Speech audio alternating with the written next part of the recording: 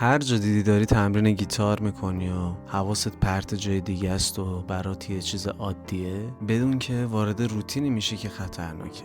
40 نکته گیتاری با من، شماره 33. به صورت نرمال تمرین باید تو رو ناراحتت کنه بعضی جاها، نه زیاد خوشایند و باحال باشه. چون تمرینی که باحاله یعنی پشتوانش یه سری تکنیکایی که بلدی، قطعاتیه که بلدی، چیزاییه که دوست داری و داری تکرارشون میکنی و یه جورای خودتو گذاشتی توی اتوپایلوت و کروز کنترل و بدنت داره به صورت ناخودآگاه و غریزی جورایی این اتفاق رو رقم میزنه. پس هر جا دیدی خیلی راحت داری تمرین میکنی، یه چیز جدید واسه خودت بساز. یه موتیف یا یه تمرین خیلی کوتاهی واسه خودت بساز که برات جدید باشه و درگیرت کنه، یا یه تکنیک دست چپی که مثلا چند وقت درگیرشی رو دوباره تمرین کن، یا یه سری تکنیک‌های دست راست رو پرورش بده و یه چیز جدید قاطی روتین تمرینت بکن. وگرنه توی یه سطحی باقی میمونی و تمرین برات خسته کننده میشه و بی‌معنا میشه. من توی پیجم راجع به نکات نوازندگی گیتار